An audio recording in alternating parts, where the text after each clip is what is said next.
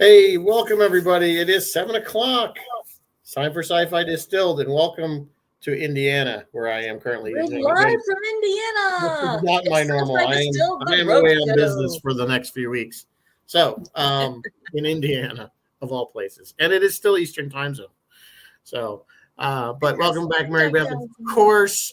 So yeah, these next few episodes are going to be kind of on the lighter side because I just don't have the time to work on them as He's we in a normally. hotel room, guys. He can't be. I'm in a hotel room on He a can't be hotel. researching. He can't Yeah, be watching stuff on I'm his big busy all screen day. I got TV actual work to do. and So taking anyway, notes. hey Doc, thanks for joining us, and Chris, always nice to see you And guys. Jeff Rubel's here. Hi. And Jeff Rubel's here. There you go. He popped in. So before we get into, we're gonna do well. We thought we do something kind of fun and just look at Star Trek technology, and is it good or is it just really a bad idea?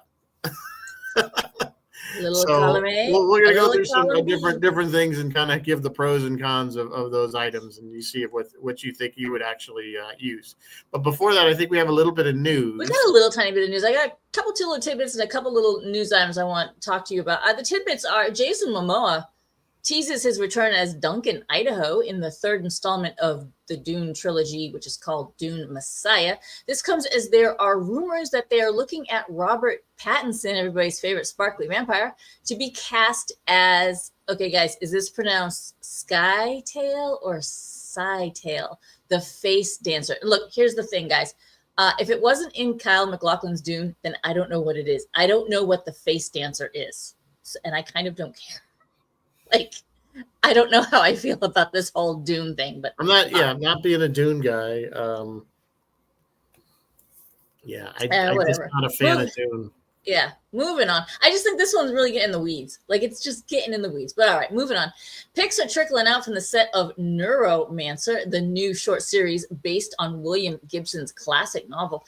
Interestingly, these pics are of actress Brianna Milton as Molly Millions, also known as Sally Shears or Rose Kolodny, who was first introduced in Gibson's 1981 short story, Johnny Mnemonic, which you may remember was also made into a film starring Keanu Reeves. And then he took that character and he put them into this trilogy, which is Neuromancer, Count Zero, and Mona Lisa Overdrive. So if you are at all a William Gibson fan, you may want to check this series out. No word yet on when it is going to be released. Han shot first. Riz, I want to hear your opinion on this. Han shot first, apparently only in England right now. The British Film Institute announced they will be screening the original cut of Star Wars exactly as it premiered in 1977. This will mark the first time in decades that the unaltered version of the film will be screened theatrically. You guys already know, I'm sure, that the edited cut is very hard to find, as Lucas has gone to great lengths to ensure that only the special editions are available nowadays. Will we ever get to see the original R version here again in the States? No one knows, but as Yoda says, always in motion is the future. Rizzo, is Lucas doing us a disservice by withholding this original cut? Like, is he wrong? Well, you have to first of all you have to understand. He thinks that the reduced is the definitive cut, and he doesn't. It's always he's been in interviews, and he's always said that this he never finished. He never felt the film was finished, or a lot of his films. He always wants to go back and fix them. So it's that whether I think the disservice was that even like when Paramount or CBS went and did the revisions of the Star Trek episodes and updated which a lot of people hate. At least on the Blu-ray, you can go and click over and look at the old if you have your choice. Yeah. If you have the Blu-ray, so it's available. Usually, if you see it on TV or streaming, it's always the remastered versions. Yeah.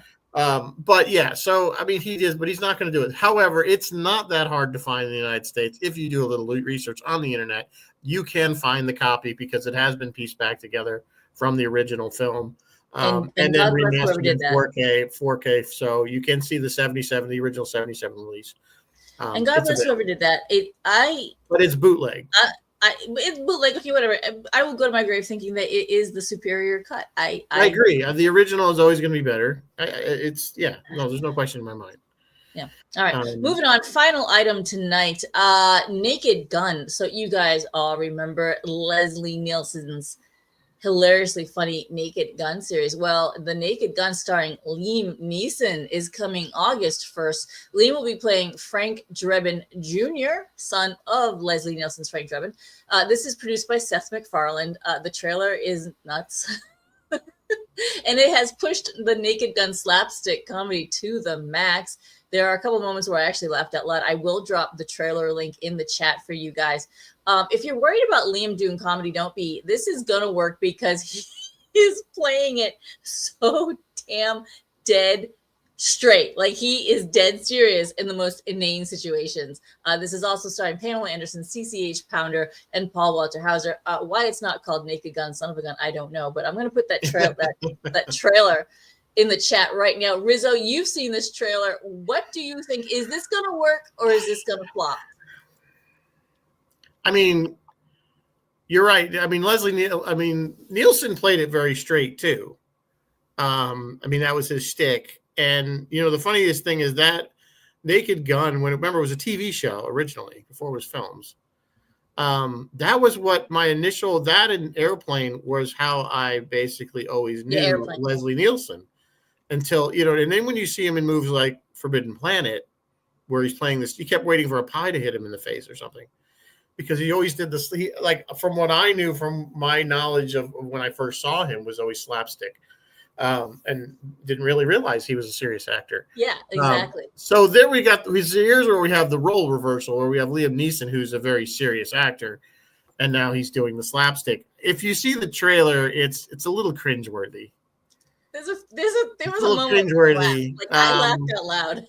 There was a few things that were funny. It's the exact same shtick that Leslie Nielsen did. The fake face was, Leslie did that too, where it was something that there was no way on earth that he could be, and then he takes it off, and it's, you know what I mean? They did the exact same gag.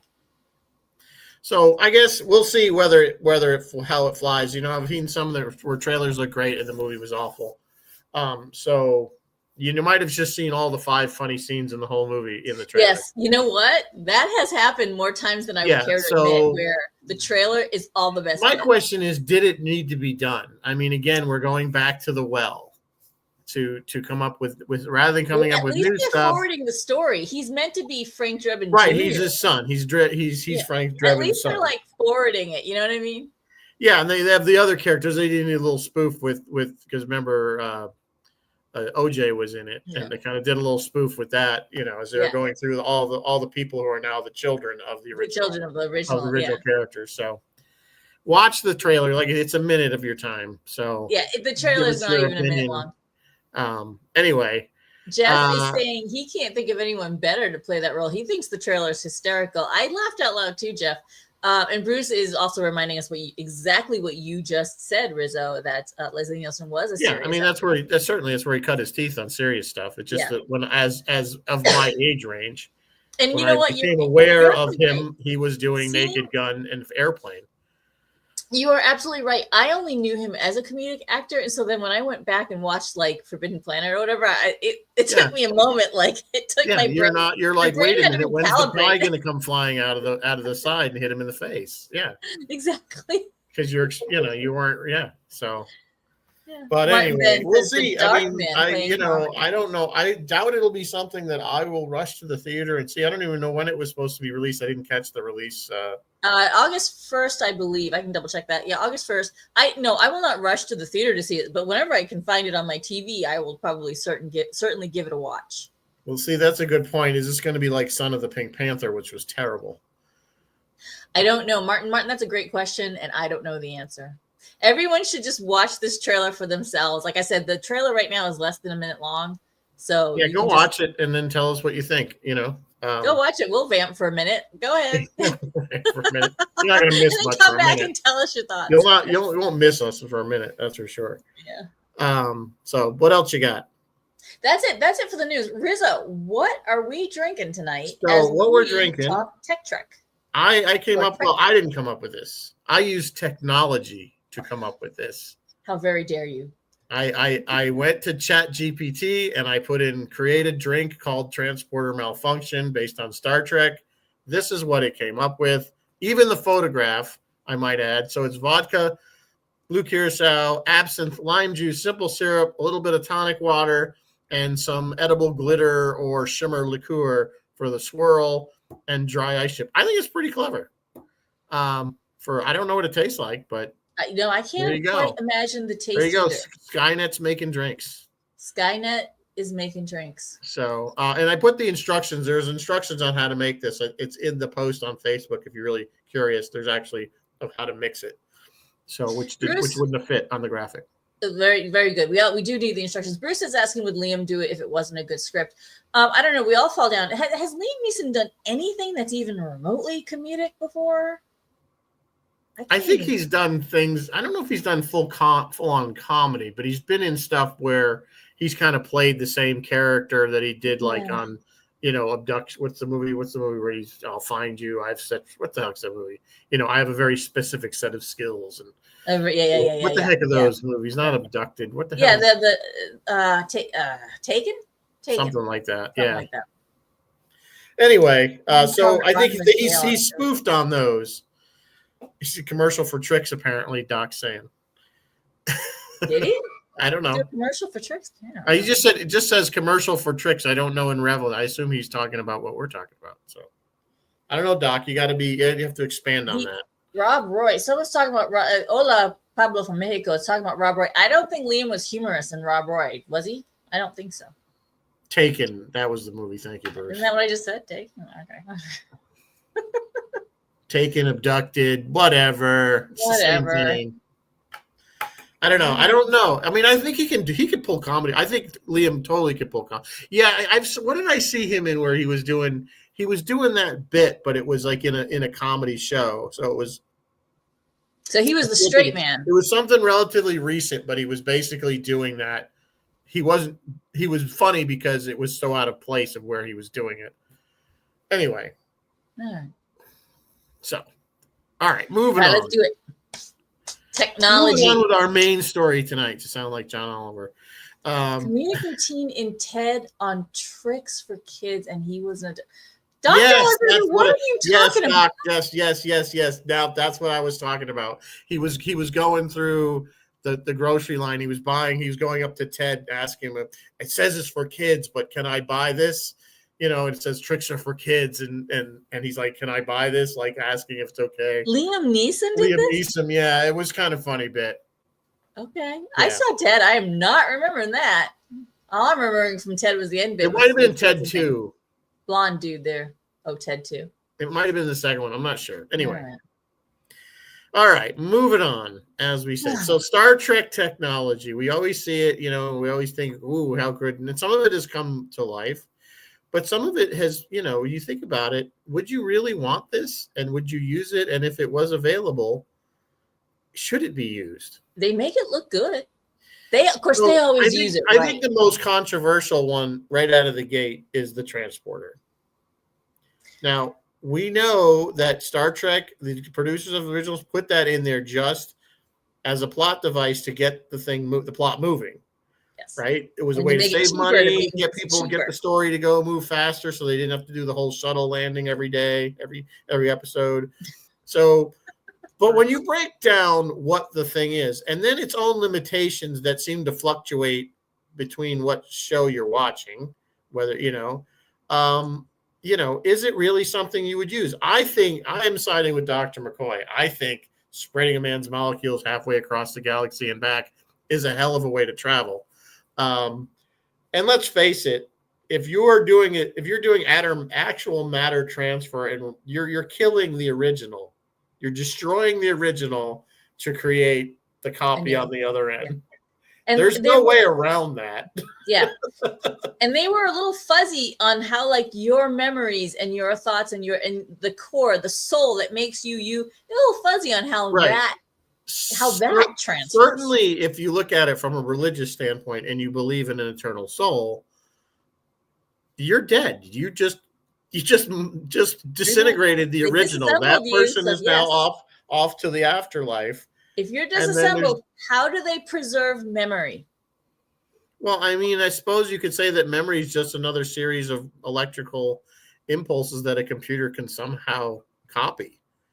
You're right. I mean, it's Even if you could get it to work, though, I'm not even saying. Let's just say it works like it does on the show.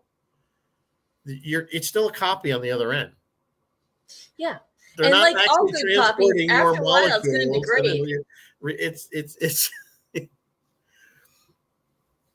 Dr. Well, Alexander is he's saying, got Doctor was. I know Doc's don't going to even have a put lot. that I one knew he up. was going to have a He's lot of saying, input on this. yeah, current physics and biology doesn't suggest that we can control matter at the subatomic level to the extent required. No, we're nowhere near. We're not even near it, but I'm just saying if we were, I wouldn't step in the bloody thing. No, I wouldn't either. That's what I'm saying. Either. I mean, like objects, yeah, sure, beam those. Well, I can see, yes, inanimate objects, absolutely, because this stuff can go. Which basically, I mean, we'll get to replicators later, but basically, you've created a people replicator. That's all exactly. it is. Right? A people replicator. And let's look at the actual show. How many times has that thing caused a problem? Even on the original series, we had at least a couple episodes. We had Kirk split in half. We had the dog split in half. Yeah, the dog got split in half. So same episode. Never seemed to work when you needed it to. Right? Yeah, it never worked. We got sent them to an alternate universe. Don't forget that they went to the mirror universe. They went to the mirror universe on a transporter accident. So yes, they were beaming up from the planet during a storm, and it caused them to go through the rifts or some crap like that. It's more trouble than it's worth, is what I'm gonna say. I'm just saying. And then you get the Voyager. You got a Tuvox. Or two Vix rather. You get two Vix. You get two Vix. You got William Riker cloned because it bounced off of a Thomas something, and you got Thomas Riker and William Riker. Yeah. I mean, the motion picture, what we got back didn't live long. Exactly. And it exploded. Yeah. Enterprise, they had a guy that was lost somehow between he never materialized, the guy that was experimenting. The sun. Broccoli had a whole thing of Broccoli, there was people stuck in the transporter. There were people in there that turned out. I mean, so when you think about it, the thing's been kind of a crapshoot. I wouldn't get in it. I mean, I suppose they could make the argument, well, airplanes crash and kill people, but people still get in it and on them and fly. But let's just face it, at least when you get on an airplane and you safely get from one point to the other, you're still the same person. Yeah, you haven't been disassembled. In transit. Yeah, honestly, Tech Trek, I'm going to say transporter, thumbs down for me. I wouldn't use it. No, I wouldn't use it. What do you guys think? Would you? Here's your poll. Would you use the transporter? Yes or no? Simple yes or no questions. Now, see, Bruce is arguing that it did save Scott. You know what, Bruce? You're right. It did save Scotty's life. But it didn't save Scotty's life because that Scotty had been killed millions of times ago. That was just a clone of a clone of a clone of a clone. Because every time Scotty went through the transporter, it killed the original. No. It's just the one clone because they didn't recreate. I'm talking about because he had been using it since day one. The first time he ever went in a transporter was the end of the original Scotty. Anybody who went in it, anybody who used it is dead. Yes. That's anyone who uses it is dead. Yes, but I know in Relics, you're right. He saved himself by putting it into a loop. Yeah. Guys, until they get clearer on how they transmit memories and concepts like soul, until that's clear to me, it's thumbs down. I agree. So Martin's the only one that's answered. Everybody else is talking about other Martin says no, he wouldn't use it. Everyone else is that's 3 no's. 3 no's for the transporter. 3 no's for the transporter. Sorry, guys, we're gonna have to use the shuttlecraft to go down the planet every single time. Like I said, that scene in the motion picture was probably one of the most horrifying of Star Trek to me. The whole what we got they're forming and screaming, and then we got what did you get him? No, did you get him back? You know, it's like would you have Doc says a big fat no. Doc says no, yeah. No, so I'm like, that was to me, even watching that in 1980, was like, Bruce, I wouldn't get in that damn thing. I think Bruce is being facetious, so I think that's a no for Bruce. You never know with Bruce. You can never tell. Like soon, what do you expect? So. Is that a sarcastic? Sure, Bruce. I don't know, Bruce. Bill says yes. Bill said you trust it. Bill says, I've had enough of being on this planet. No. No. Bill says it's okay. Chris is taking the subway. My chances Bill with says the it's okay if you transporter. completely disassemble me and reassemble me. I'm sure I will still be the same person that I was. Okay, he's got faith in the Not heart. Bruce. I'm sorry, Bill. Bill is saying that. Chris says she'll take the subway, so I'll take that as a no. So I it. think the consensus I don't think is Kronos has a good subway system. Yes, I think the consensus is that no, the majority of the people are not going to get in a transport. The Fly. I mean, did we not learn anything from The Fly? That's right. We learned nothing from The Fly. Jeff Goldblum, he has taught us about how not to, and now we have dire wolves. We have dire wolves, and no one thought about Jeff Goldblum.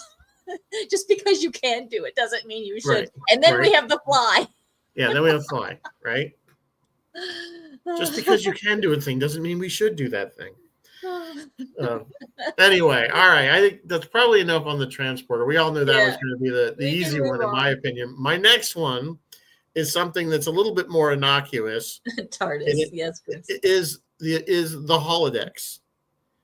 And they make the holodecks out to be these great things that people go in and they train and they learn about different things. Come on, we all know what they're doing in the holodeck most of the time. That's why the biofilters need to be cleaned out all the time. So that's one thing. But let's look at how many times the holodeck has turned on them.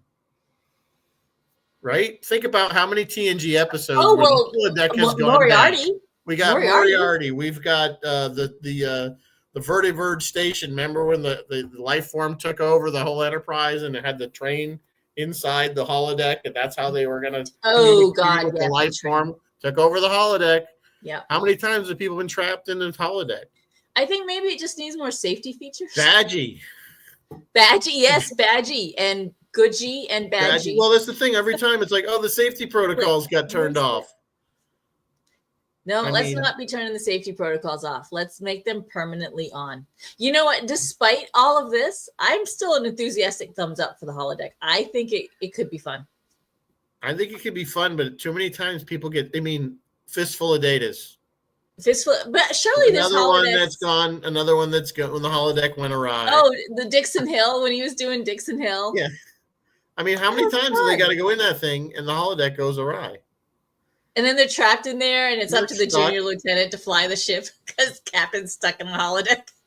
Yeah, so I think overall the holodeck isn't necessarily a bad thing, but I think here's what I could see. I could see it being the new form of a drug addiction or addiction. Period. We kind of saw it with Barkley holodeck addiction, but think about it. I mean, if you could go into a space and be anywhere and be anyone. In any universe. I mean, LaForge abused it when he came up with Leia Brahms. Right. Every time it's like so in kind of a creepy way. And it became, let's face it, from a Star Trek storytelling perspective, it became a crutch. They were like, oh, we need to do another. Let's do it. No, we can't. We don't do time travel. We'll just stick them in the holodeck and they're in 1940s. Yeah. Or they're in 18th century Earth. It was like, Chris is reminding us that it did work in the baseball episode. You're absolutely right, Chris. It did work. Bruce is reminding us that he said one word, minuet. What is Dr. Alexander talking about? NVIDIA has a VR platform called Holodeck that allows designers to collaborate and create. Yeah, I love my VR. I slapped that thing, my Oculus or whatever the hell it's called. But it's not realistic enough that you're going to lose yourself in it. No. I'm still clearly in my living room as I knock my knees on my coffee table and trip on my dog. Yeah, I was playing in my house. Actual golf, not mini golf, where you actually have to swing. And of course, I didn't have enough room, and I cracked my hand into a shelf, and that really hurt. There you go. There you go. But the mini golf is fun as hell. You and I have both played it. It is so much fun. It is the best game in VR, period. Which you know what, Rizzo, you might be right. Maybe it is the new addiction. Because I could see that. I could see that as better and better. Everyone was like plugged in. As better and better it gets. Like if you ever saw if you've seen the TV show Upload, which is basically they can upload your brain, your whole consciousness into a computer right before you die, so that you live forever as a computer program. It's a singularity. Which is the basic, but people can go visit you in full VR, and they have full VR suits. Love it. Basically, the suits give you the sensation of everything that's going around you in VR. So, I mean, when it gets to the point of the holodeck level where basically they're having transporters create solid objects within this room, so it's not just the visual, but it's everything. It's when as if it's to you're the really point there. where if you take the safety protocol off, you could get shot and die. Like then it's Well, that's the thing. Yeah.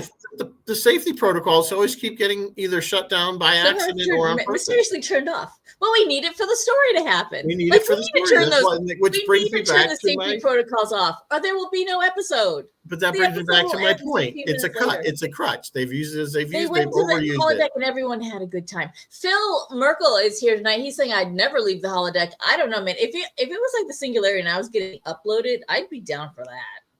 Could I like redesign myself? Like, could I have a whole new body? You can be whatever you want. I'm down for that. Well, see, like in upload, in the TV show upload, that is usually you either could go in, how you were, or if depending on how much money, it was all based on how much money you had as a real person. Yeah. So you could be whoever you want, live wherever you want. Another show that does that is this thing called Pantheon. It's animated. It's got 2 seasons, I think, maybe 3, but 2 or 3 seasons. Very, very interesting look at being uploaded and what would the natural result of that be. Very, very interesting show. So Doc is saying, I'm going to put this up. Apparently there's a holodoc on the ISS. Is a projection of a dock on Earth and can but interact with is it Robert Picardo? Because it should be if it isn't. Doctor basically they have a holographic doctor on ISS, is what he's saying. They project a doctor on the ISS. They project it with. But it doesn't. It's no good unless it's Robert Picardo. I must know more about this, Dr. Alexander. Yeah, he was talking about. Did you not listen? He was talking about on the Trexperts when he did the interview with the Trexperts. I watched that show. I must have watched it with my ears closed. You missed it. It went right over your head. What is Phil saying? I just can't believe Star Trek. They're exploring strange worlds, seeing amazing things, and they're so bored. They need to go back to the Dixon Hill days and pretend on the holiday. Fair point. That's a really great point. Good point, Phil. It's a good point. Great How boring? I guess deep space is really boring. And you know what? It probably really is. A lot of it's just the journey. Yeah. We see. I mean, think about it. I mean, Doc, what are you saying? It was going to take like 9 months or 11 months or something to get to Mars? Well, this kind of leads. What the hell are you going to do for 11 months sitting there just looking at black? Yeah, just listening to the engines hum. Yeah. There is no engines because they're on a free return or free trajectory. So yeah, doctor says the projection is one of them, one of the flight surgeons.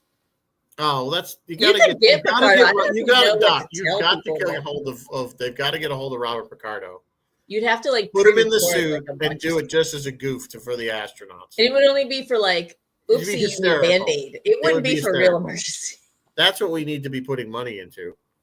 Chris is reminding us about the Vic Fontaine episodes. Yeah, those were good episodes. And you know what? It did help not. But again, it was, and then those were good episodes. But again, it was they had to use the holodeck as that platform for something so that they, I don't know. I think it's kind of it became a crutch. And I think they even realized it was becoming a crutch. Yeah, they might have.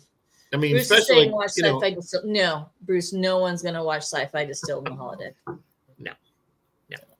I still think when they perfect VR even more, it's going to become the new addiction. Mark my words. There's going to be clinics or something for VR. I have to imagine they had holodecks on Earth too. Did they take school children to on African safaris in the holodeck from Illinois to Well, no, because they could beam them from one side of the planet to Africa to see. They can go. That was a field trip. Was to go to the Serengeti for a day. Good point. So you wouldn't need to do that. Well, anyway, my take on holodecks is 2 enthusiastic thumbs up. I would be. Yeah, I mean, I would certainly use it. I just say it's one of those. Be cautious. Beware. Could be addictive. But it's going to be. I bet you there'll be a ton of warnings on the door. Oh, there we go. I'm back. I hope you guys can see me. I don't know if you guys saw this, but on my screen, we both went black for a second. You've been kind of freezing, by the way. No, I'm not freezing. My Wi-Fi is up and running. Your voice continues, but your thing. I don't know if it's me or if it's you or whatever. But I did. Very weird. Okay, moving on. Anyway, so I'd say holodeck, but there's going to be a lot of those legal disclaimers on the door before you go in. Yes, probably. Holodecks have been known to cause this and this and this and this. Look, Rizzo, they let people go throw axes at those family fun places. They let Bruce do it. So apparently, that's So if you can throw an axe, you can play in a holodeck. I mean, you can throw an axe, you can dodge a wrench. you can dodge an axe, you can dodge them all. The Chris Larissa says the shadow. Yeah, I think most people would be happy to get into the holodeck as long as the safety protocols are in effect. There was even one where the woman came in. It was one of the early episodes of TNG, and she came in and she hurt herself. She was swimming or something, or she was diving, or doing some like high diving at some, like herself. Yeah, and she hurt herself. Wesley Crusher got hurt skiing. Like he was. Yeah, skiing and then and I think O'Brien dislocated the shoulder whitewater rafting, and so apparently these protocols aren't very safe. Yeah, hey, you know what? But modern medicine, Star Trek medicine, no big deal. So that's the next one. Bruce just brought it up because that was going to be my next topic, which is warp drive. Here we go, warp drive. Now, if you look at the Star Trek, how fast warp drive is, and Doc, help me out here, it's still not fast enough to get you across wherever they normally were going. If you actually look at the distances of the planets, it's still not fast enough. So it's still not fast enough.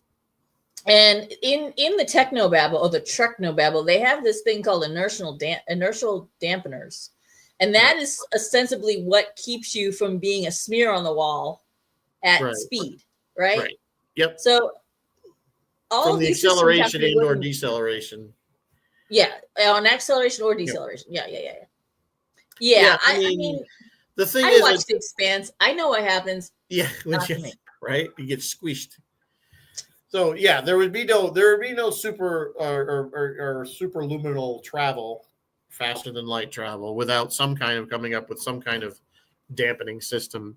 And otherwise, the acceleration and the deceleration would take an insanely long time to get down, I would think. So you need some kind of device that. The other thing is your stellar cartography has to be impeccable. Otherwise, you really will, as Han Solo says, you will jump right into the heart. You'll jump into a star and your trip will be over. Well, there's that, but I mean, also a little particle moving at that doesn't even have to be at the speed of light. A small particle. There's been showing people like huge chunks of aluminum or steel, that will hit something and blow a hole through it, because even though it's a mic, because of the speed, it's all about mass and speed. Tiny little. So any little particle, if you're moving it, that's why they have to have those deflector shields. That the main deflector, that's all that thing's there for. That's what's anything that might have been.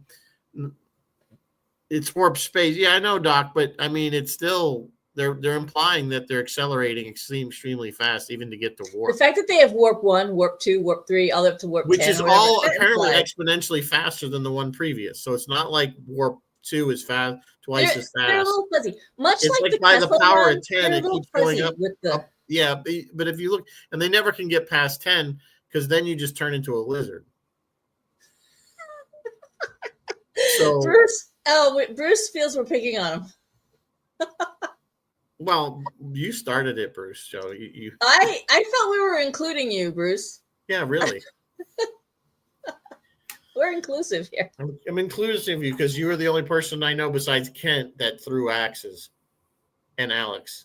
I didn't even know that Bruce threw axes. I only knew that. Yeah, it was. I think they did it for somebody's birthday. Okay. I saw the pictures. It was frightening. So anyway, back on top. Back on warp. Warp for me, 2 thumbs down. And the same goes for light speed in Star Wars, and the same goes for the FDL in Battlestar Galactica, and the same goes for whatever the heck else other sci-fi movies I've watched that have some wacky speed thing. No, there is just so much, much like the what was the first thing we talked about? There is so much that can go wrong, and there's so many systems that you need to be in place, that you need to have in place for it to all work right. We're not there yet. We're nowhere near there. So apparently Bruce's wife is saying to us that we all know it's just imagination. No, Andrea, this is completely real. Well, of course it is, but I mean, we're just theorizing whether we would actually think it's a good idea. If we were a character on the show, would we be? No, I guess we would, because we'd be a character on the show. I mean, warp speed, like Doc's saying, he's saying it's not actually moving the speed of light. You're just moving into a warp bubble, which apparently is like subspace. Sometimes then they you're invent crap on the show, and next thing you know, it's real. Like the iPad, very well, cool. obviously, yeah. I mean, the communicator But we they've we came invented and all this went other stuff. for You the think it's flip ever phone. gonna We be had a flip real? phone. No. Yeah. So okay. Anyway, so warp drive is one of those things. I guess Doc Alexander says yes. yeah. I guess I'm kind of on the fence on the warp drive as long as they can make it so that you don't end up being splatted at the back end of the. Or pierced. You know, They'll have holes. you know, be like some kind of Bugs Bunny thing where you see just the shape of Daffy Duck out the back of the ship as it. Martin, what is Martin saying? Remember, the time barrier has been broken. That was from the pilot, from the cage. He's like, well, our new ships can go. The time barrier's been broken. See, I thought if time barrier to me, that's the TARDIS. I would ride in the TARDIS in a heartbeat. Because as you approach the speed of light, time dilation does happen. That's a thing. That's true. That's true. Remember Planet of the Apes? Yeah, that's true. That's what happened. The Icarus. Remember Interstellar? All kinds of time dilation happening in that movie. So, you know, and it's a thing that's real. The time dilation. That's as you move faster through space, time stays the same for you, but moves.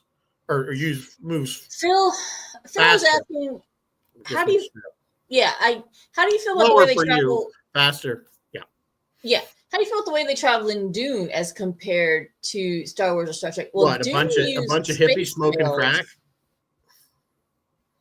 It's just a bunch of hippies that smoke crack, and then like all of a sudden you're somewhere else. No. They have those navigator That's what the navigators. They need the spice though to get high. Yeah, I suppose. They can't do it without getting high. Yeah, guys. How do we feel about the way they dealt with several travel in Dune compared to Star Wars, Star Trek? Well, in Dune now, correct me if I'm wrong, is not being a Duneophyte or whatever you call you people, a Dunist. I don't know, is that right? They bend space with their minds. They bend space, right? So you're bringing the 2 points together, and you're just crossing over the little. Now, Moya, I would ride in Moya. Starburst, but Starburst, she never knew where she was going to end up. Starburst was completely random. But I would trust Pilot and trust Moya. But it was a defense mechanism. It wasn't meant to really as a point of travel. No, you wouldn't be Starburst. She would only Starburst when she was trying to get the whole way. I don't know what her normal cruising speed was. No one ever told me that. No, because it never made any sense. That show, again, like Star Wars, technology was not in Farscape. Technology was not the basis of the show. No, it wasn't. You know what I'm saying? It's like in Star Wars, it was more space fantasy. Because John Crichton was trying to do the whole wormhole thing. He was with wormholes and stuff. But I mean, for the most part, that show really didn't explain a lot of its technology, like Star Trek. Chris, yes. The Shadow, you and me, we're going on the TARDIS. Yep.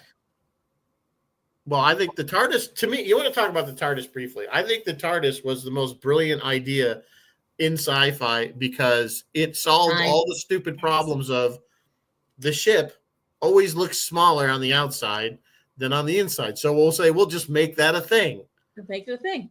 It's because I always used to say the Jupiter 2 was the classic. The Jupiter 2 had to be a TARDIS because there's no way to do all that shit into that little ship. Mean back in the day, Jupiter 2 or the modern TV show? No, back in the day. Finite, like it was. You could. No, wait a minute. All right, we're gonna get off topic, but I have to explain this. The Jupiter 2, when you saw it on the planet, you could see pretty much the whole ship, right? Yeah, the whole. And then when you get inside, you had the whole top deck was the command area where they had their little freezing tubes and the helm and all that. Then they went down to another whole deck where there was living quarters. Then they would go down another deck where the engine room was. Basement. Yeah. And then somewhere in all that space, they had a chariot and a shuttle pod. Yep. And Dr. Smith stowed away and June Lockhart cooked great meals. Yeah, you're right. I don't know, man. There's no way it all fit in that spaceship. Yeah. So they did better in the modern one. They did better. The modern one, they were a little better with the space. But made a little more sense. Anyway. I always say, I don't have a problem. I still love the original Jupiter 2. Don't get me wrong. But it was a TARDIS. It had to be. We all do. All right. So warp drive. Yeah, I'd do it. Why not? If it was perfect. The doc is hitting us with some actual science here. The Alcubierre warp drive. What is the Alcubierre warp? Calculations show it's a valid field equation. Okay, see, so we'll get that going. So what are we waiting for? Doc, does that mean there are TARDISes? If it's space and time, there are TARDISes. No, I think he's talking about warp drive. We're not talking about transdimensionally transcendental, which means it's bigger on the inside than it is on the outside. How about the Heart of Gold? Would you fly in the Heart of Gold? The improbability drive? The improbability drive. We're off Star Trek here, but it's all good. That's another one where, if you watched you could end up as anything, I suppose, until probability was zero. We are back to normality. By the way, if you want to watch, the only good version of Hitchhikers is the original BBC version done back in the 80s. I agree.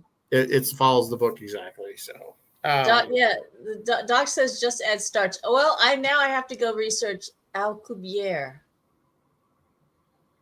The Alcubierre. I think they're jumping around with bending space. I think. I don't know. Well, they're back. They jump around with bending space. But that's So anyway, we're going to move off of warp drive for a moment. Let's move off because it just invites wild ludicrous speed. Yeah, there you go. Ludicrous speed. Spaceballs 1 is now Space Maid or whatever whatever it was called. Yeah. She's turning to suck to blow. Martin says as long as he has his towel, he's good. We got his towel. All right, what was your other topic there? Your babel fish. So, all right. So the next one I was going to talk about was replicators, which is kind of which is kind of a spin-off of the transporter, really, when you think about it. But if we could replicate everything, is that really a good thing? Yeah, if we could replicate everything, will everyone be driving a Ferrari? Or would everybody be able to replicate a bomb? Or why would we want to? Yeah, you're right. It actually it relies on our better angels, which lately have you seen us lately? I know, and that's the whole thing. Star Trek is based on this Roddenberry, I put in quotes, vision of the future, where humans are all self-actualized. Where everybody's equal and everybody treats everybody well, and nobody needs money. There's no more, and I call bullshit, because first of all, in 300 years, man is not going to evolve past being an asshole. No, we've already had a couple thousand years, and we're not getting any better. We're getting worse. So there's that. But if you let's assume they have a system where you don't need money. You can go up to the replicator, get all the food you want, whatever. You can indulge in doing art or whatever. You can better yourself in whatever way. What I see, though, is, again, there's still going to be inequity in some way, because I've always joked, well, who gets the house in Malibu Beach? Or who gets the penthouse in Manhattan? We won't all fit. Everybody can't have that. That's a finite thing. So who gets it? Do you loan it? Do you go to a lottery? And let's see who, it's like, I just don't see this not having some kind of monetary system. I don't see how that would work. Not with the way human beings are, because we all covet what other people have. And I think it would also takes away some level of ambition. I don't know if everybody would just become artists and scientists and better themselves. I think a lot of people would just sit on their fat ass and do nothing. That is a fascinating proposition. I don't know, Rizzo. I don't know if it would take away ambition or not, because we've gotten things handed to, as science and technology has improved over the years, things have gotten better and better, and yet we are still ambitious. Yeah, but you look at, and I don't want to turn this into a political argument, but look at the United States right now, and you look at the things that people, because we have so much, and we haven't had to really fight generationally. We haven't had to fight for any of the things we have. So it's become very easy, and it's there. And what do? We complain about minutia. We don't take that as freedoms. We take them all for granted. And then, I just don't see. I guess I'm more cynical on humanity. I just think the more people I probably have am to too, do, but I think there would, but there'd be some people who would still be ambitious and some who wouldn't. Phil is reminding us that there is a difference between replicated food. Yes, there's like real strawberries and replicated strawberries, and there is a difference even in Star Trek. And they talk about synthahol and stuff like that. well, synthahol was just invented so you could drink and So get you buzzed drink and and then not, quickly not be drunk anymore. Yeah, Chris LaRoche says, look at the people in the movie Wall-E. Yeah, they're given everything, and yeah, and we just expect certain amounts. Bruce says scarcity cannot be completely eliminated. Well, apparently they did, though, at least in Star Trek. At least on Earth. Well, there were still rare things, like that collector that collected data. He was collecting rare items. He wasn't human though. Yeah, that's true. Yeah, Doug. So getting back to the replicators again, they are a lot the transporter. I'd be okay with replicating objects, but not organic matter. Well, they've started to 3D print food. No. 3D printed meat. No, thank you. Will you be printing some 3D print meat in your house? I think I think a lot of these things will lead to more weird diseases, and as we get away from, or it won't be the nutritional. Like, how's it going to be nutritionally complete? How's that work? I don't know. It's all going to be run by what's that company that runs everything? Santos. I don't know how I feel about 3D printed meat. Again, it's also, people look at what we have to do just to feed the amount of people on the planet now, to keep up. And again, we take for granted that we can always have chicken and eggs and stuff because they're mass producing these things and they're forcing these animals to produce this stuff at rates that it was never naturally meant to. So I think, I could see where a replicating system that takes something like, just general organic matter and turns it into, or anything. If you're breaking it down to its molecular structure, it didn't have to be organic, I guess, to begin with, to turn it into something else. Mass equals energy, E equals MC squared, I guess. So, you'd have to, Jeff is saying you'd have to be the perfect 24th century person. And we know that ain't going to happen. Phil is reminding us that, you're right, Phil. There'll always be a difference between the original art and replicated art, the same way there is right now. We have the difference between AI art and original, like real people writing and drawing and whatever painting, and then when AI does it. Yeah, Chris. Well, again, as technology progresses in that standpoint, that is going to be, I think, harder and harder as the AIs becomes more, I don't want to say intelligent, but sophisticated, and they learn more, that gap is going to become narrower and narrower. Phil is saying people won't be. It'd end starvation. Ostensibly, you can get protein from something that looks like meat, tastes like chicken. Yeah, what does it? What does the 3D meat taste like? I don't know. I don't want to know. I mean, I'm all for they've got the Hi, John. The Impossible beef or whatever, where they make it out of like mushroom or something. Oh yeah, I've had lots of different ones. I've had those. They do taste pretty good, but honestly, they're not that much healthier for you. No, because they put in a lot of carby filler. And so unless you're like vegan or vegetarian, you just won't eat meat. It's really no advantage to eating I can't believe it's beef or whatever, or not beef or whatever the hell they call it. Yeah. Beyond we tried one from a company called Planetarium. I guess they were South Park fans, huh? They were South Park fans. I'll get the spelling a little different. But it was made from when you brew beer, there's this yeast cast off. It was made from that. It was okay. It was fine. It was whatever. But if you put barbecue sauce on it, anything's fine. Yeah, I mean, if that's what we got forced to eat, I mean, it's not the worst thing in the world. But I personally eat, plant substitute. I eat sausage instead of a cucumber because it's an artificial cucumber made out of pork. It's an artificial cucumber made out of pork. That's how I want my salads from now on. That's how I want meat. It's a vegetable impossible salad. a vegetable substitute. So Oh. anyway.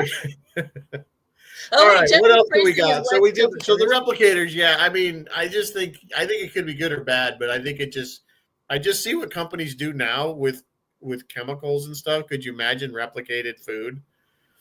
It just be frightening. I'm sorry. It just, yeah. I mean, like you said, if I needed a pen or something, and I It's could just, just go it's kind zoom of and gross it's when you pen. think about it. I Like, mean, like the doc was saying, we have 3D printers. I mean, we're already kind of 3D printing stuff in a way. So we are creating it from nothing or from basic materials and then creating a thing. it gets gross, especially on a spaceship, because like I have to imagine like they're using any matter that they can to like equals MC squared, so it gets turned into energy and then that gets turned into, so they're probably like all the toilets, like they probably all go to the replicators, you know what I mean? Like it just gets gross. It's going to be Like like all it's the going to be waste like what's material. his name on Mars having to Oh use yeah, his own. He had to use his own poop potatoes. for the potatoes. Yeah, So you're eating poop potatoes, poop, which we poop all know. potatoes. I mean, like I've always said, like there's only a finite amount of water on the planet. So like all that water at one time went through something's bladder at some point. Yeah, the water. Yeah. My Crystal Light was probably made with dinosaur pee. Yeah, I it's get that. something at Like, some I get point in that. its existence, since That doesn't bother me for some reason, but I don't know, that man. molecule went through a bladder. The replicator makes it a little bit more immediate and less thousands of years in between. So Replicated food, Cracker Barrel. I don't go there for political reasons, so I haven't been to a Cracker Barrel. McDonald's is our vegetable substitute. Yeah, McDonald's. There you go. McDonald's is a food substitute. it really Pink is. They slime. put sugar in everything. They put Including beef the juice in hamburger. everything. That's why it usually tastes good. Even French fries are not vegan because they put because they use. put beef Well, they juice may on have French changed fries. that now, but yeah, No, I don't think they did. That's why their fries are so damn good. I admit it. I like me some McDonald's every once in a while, but Yep. Doc, that's exactly what I'm talking about. I'm okay if there's several thousand years in between. Today's but tea is tomorrow's coffee. That's woo. yeah. I mean, it's true, especially I'm sure on the ISS. But that's why maybe I'm not an astronaut. Can't do it. I really don't want to drink. It. I don't want to drink my own pee, let alone Yuri, whatever his name is, next to me.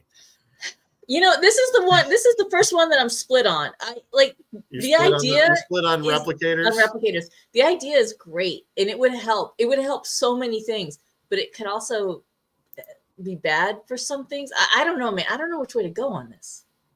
Yeah, I mean, I think it's a split because I think I wouldn't do food, but I would do objects.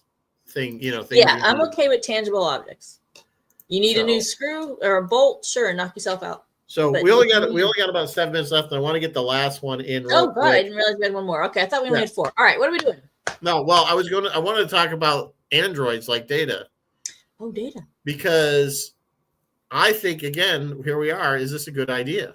It's AI all over. How many times has Data turned on the damn crew?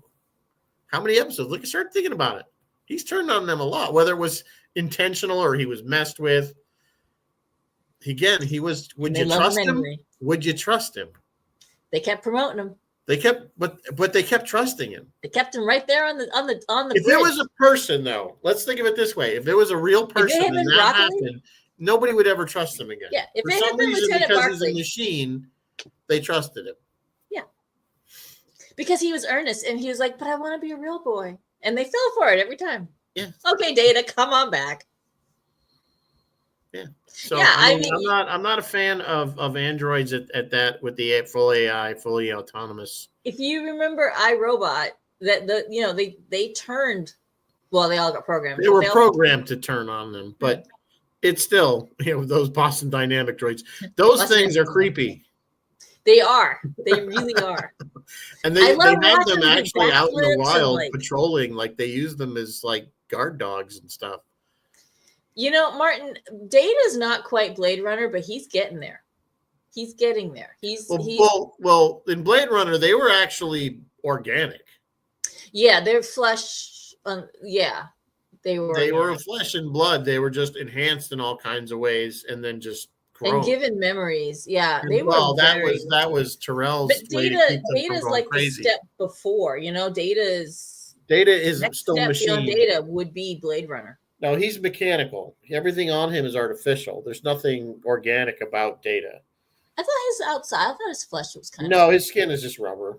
Yeah. It's just a rubber. It's a synthetic material. Okay, so there's 2 steps before Blade Runner, but we're getting close. I mean, Data's getting. Well, they close. kind of start. That's what they were trying to breach in Star Trek Picard, the series. Oh yeah, and the seasons that we all hated. Yeah. The first 2 seasons were just bad, in my opinion. Chris is like, ask the Terminator. You're right, Chris. You're right. The Terminator he only had to be flesh on the outside so he could get through the time thingy.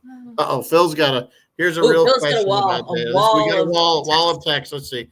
The real question about Data is the thing he wants the most is to be human, which I think lowers the whole story behind him and turns it into a Pinocchio instead of why the hell would Data want to be human? It would be awesome to be an android. He lives forever. He never gets tired. You could do all these awesome things, but on the flip side, if Data truly wanted human, then why was he male for the first half of Star Trek The Next Generation and not switch to female? He's only getting 50% of human experience. Yeah, that's kind of deep there, Phil. That's a lot, Phil. You're right. You have a great Pinocchio thing. They actually did that in Measure of a Man. Remember when Riker turned him off and said Pinocchio's strings are cut. Yeah. Have been and that's essentially true, is that he could be turned off and then returned on. People get turned off, they're done. That's it. You've killed them. Phil, that is a great point. It would be awesome to be an android. I don't know why Data didn't appreciate his, what made him cool. That's a great question. Well, we also kind of saw that in a little bit in the first season, original series, when they were going to put Sargon and what's his name into the android bodies. No. Remember that? Yes. And she's like, I don't want an android body. But then again, we had iMud, where the android could put. Remember they had several episodes in TOS because we had iMud. We had What Little Girls Are Made Of. Yep. Again, more androids that look like humans that are more than human. And then the one I forget the one with Sargon. What's that called? Is it the one where he was spinning on the thing? Not Little Girls Are Made Of. That's Little Girls. Okay. Yeah. I can't think of the one why can't I never think of the one with Sargon and I can't think of it off the top of my head either. You know the one I'm talking about with the glowing balls. Yes. They brought that up in the Battlestar Galactica reboot finale. The one where they just came to Earth and seeded the planet. That one. Well, yeah. That again, those were artificial, but they were essentially I think it's still a fusion of they were Blade biology. The Cylons were basically Blade Runners. Yeah, but I think they implied that there was still some mechanical, like when she was. Like her spine would light up. Six was having sex with what's his name, and her back started glowing. Her spine would light up. Yeah. So. Dr. Alexander saying judgment and moral decisions are a human trait. If you just have AI or Android, no emotion or really true judgment. Yeah, you know what, Doc? That's probably what Data sought. That's what Data was truly seeking. It wasn't that he wanted to be flesh and blood. It was that he wanted to experience emotion, which he did play with that emotion chip, and have that judgment, the true human judgment of situations. He loves scanning for life forms. I just love scanning for life forms. Life form, pretty little life form. All right. Well, it is 8:00, so we can wrap this up. So let's with a lot of the tech on Star Trek is very cool, but I think a lot of it became a crutch. I think part of it became too much of a crutch in certain episodes, in certain things they were leaning on it a little too heavy, and it was inconsistent. Very inconsistent. That shield technology was like whatever it needed to be for that episode. Or not needed it for the story to happen. Yeah. So anyway, but overall, of course, we love the show. Don't get me wrong. This is not a always and forever, guys. We will criticize it and love it with our whole hearts. So I don't know. Phil is here. Phil, why don't you type out what you have coming up since you're on, Phil? Roy, super quick. Roy is doing Baffled, a 1972 movie starring Leonard Nimoy. Phil, tomorrow on WUSB Stony Brook, it's Captain Phil Day. He'll be on and for the lunch with Bill McNulty for the lunchtime politics show, and then he's filling in the afternoon. And he has his usual drive time show from 4 to 5 in the afternoon. They do have a prog rock marathon coming up on the 18th, so if everyone who's into prog rock, tune in for that. All righty then. And what did we say, Roy? You said Roy is doing Baffled, a 1972 movie starring Leonard Nimoy. Okay. I don't know what we're going to do next week. We're going to try to keep it light because I will still be in Indiana for the next 2 more weeks. The road show continues, guys. Road show will continue for the next 2 weeks. So road show continues. I don't know what we're going to do. We're going to try to keep it light like this. So if you have any ideas. I love these open conversations. I think they're great, and we got a lot of fantastic engagement from our viewing audience. Well, so we need another topic. Thumbs up on tonight's show. What's the other? What we need another topic. We'll have to think of one. Why are there chompers on starships? Well, that was Galaxy Quest. Why is this here? Why is this here? All right, we'll come up with something. Or in the meantime, you guys can always send us a message or post it on the Facebook page if you have an idea for a show. We always love to hear stuff. I need ideas. It's hard coming up with stuff every week, believe me. But on that note, I guess we'll say good night. As always, live long and prosper, and may the force be with you. Good night, everybody. See you next week.